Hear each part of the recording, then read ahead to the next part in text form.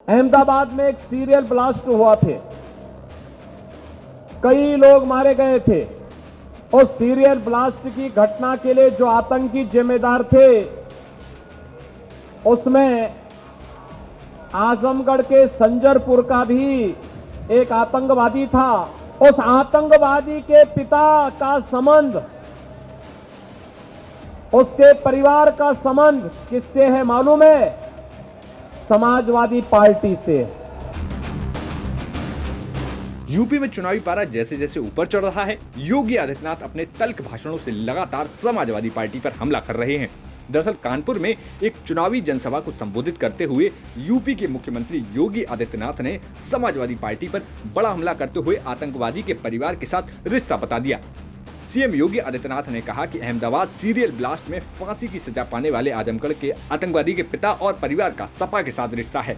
Yogi Adityanath rally की शुरुआत से ही अखिलेश यादव पर हमलावर हो गए। उन्होंने कहा कि अहमदाबाद ब्लास्ट में सजा पाने वाले आतंकवादी के पिता का संबंध समाजवादी पार्टी से है। अब आप फैसला कीजिए कि आपको आतंकवादियों के प्रति संवेदना व्यक्त करने वाले, आतंकवादियों के हित चिंतक या उनके प्रति सर्वस्व निछावर करने वाली पार्टी को जिताना है, या आपकी सुरक्षा, सम्मान और स्वावलंबन दिलाने वाली पार्टी को। यही आह्वान मैं करने आया हूं। भाइयों बहनों, जब मैं कानपुर में भी आया हूं, मैं अभी थोड़ी देर पहले अहमदाबाद की एक न्यायालय के फैसले को पढ़ रहा था। अहमदाबाद में एक सीरियल ब्लास्ट हुआ थे, कई लोग मारे गए थे। और भाइयों बहनों, उस सीरियल ब्लास्ट की घटना के लिए जो आतंकी जिम्मेदार थे, उसमें आजमगढ़ के संजरपुर का भी एक आतंकवादी था।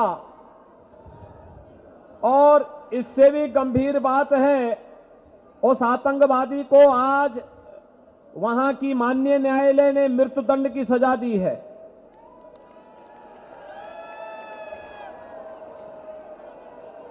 उस आतंकवादी के पिता का संबंध, उसके परिवार का संबंध किससे है मालूम है? समाजवादी पार्टी से। अब अनुमान कर सकते हैं, आपको आतंकवादियों के प्रति संवेदना व्यक्त करने वाले, आतंकवादियों के हित चिंतक और उनके प्रति अपना सर्वस्व न्यौछावर करने वाले राजनीतिक दल को चाहिए चुनाव जिताना है, या आपको सुरक्षा, सम्मान और स्वावलंबन की ओर ले जाने वाली भारतीय जनता पार्टी को। और यही आह्वान करने के लिए आज मैं आपके बीच आया हूं।